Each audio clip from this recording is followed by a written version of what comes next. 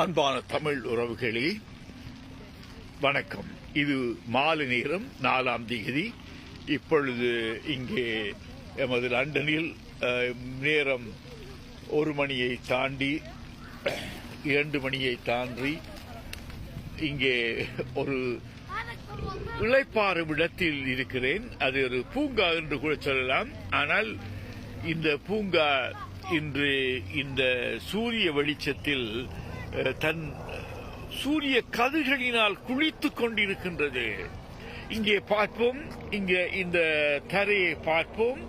அங்கே சில புட்கள் தரை வெடித்து கிளம்பி இருக்கின்றன. அருகே சருகுகள், ஆம், பச்சையும் சருகும் நேரு எதிராக கிளை பரப்பியிருக்கின்ற ஒரு பெரிய மரம். இங்கே பறக்கின்ற பறவைகள், நடக்கின்ற மனிதர்கள், ஊர்கின்ற கார்கள் என்று ஒவ்வொரு இயக்கத்திலும் ஒவ்வொரு பொருட்கள் எம்மை சூழ்ந்திருக்கின்றன. இந்த சூழுலகம் ஒரு கவிதை. அந்த கவிதையில் காணுகின்ற பொருட்கள் ஒவ்வொன்றும் ஒவ்வொரு பரிமாணம், ஒவ்வொரு அர்த்தம், ஒவ்வொரு குறியீடு. பிரபஞ்சம் மேலே வெளியாக விரிந்திருக்கின்றது. கீழே அந்த பிரபஞ்சம் அடக்கியவை, பிரபஞ்சத்தினால் ஆளப்படுவை, பிரபஞ்சத்தை ஆக்குவை என்று இரண்டும் வேறாகி இரண்டும் ஒன்றாகி நிற்கின்ற அத்வைத நிலை இங்கே நாங்கள் பார்த்தோம். ஆரம்பத்தில் நான் உங்களுக்கு ஒரு புல்லை காட்டினேன், பக்கத்தில் உள்ள சருகை காட்டினேன். இது கடந்த ஆண்டு சருகு.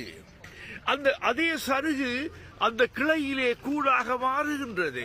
கீழே வீழ்ந்து உக்கி போனால் அது ஒரு சேதன பசலை, மேலே அது கூடாக அமர்ந்தால் கூடு, சருகு குருவியின் சிற்ப வேலைப்பாட்டுக்குள்ளாகி அந்த அதி உன்னதமான ஒரு அவற்றிற்கு ஒதுங்கிடத்தை, வாழ்விடத்தை, மறைவிடத்தை உச்சத்திலே கட்டி கொண்டாடுகின்றது குருவி. அதே குருவியானது இங்கே இந்த சருகுகளை பொறுக்கி எடுக்காவிட்டால் அவை உக்கி போய் விடுகின்றன. இதோ பறவைகள் ஏதோ தேடுகின்றன நினைக்கிறீர்களா? இல்லை, அவைகள் சிருஷ்டியின் ஒரு பங்காளர்கள்.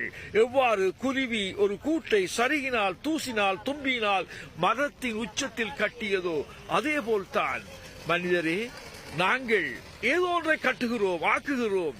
வாழ்க தமிழ், வளர்க தமிழர் ஒற்றுமை, ஓங்குக மானிடம்.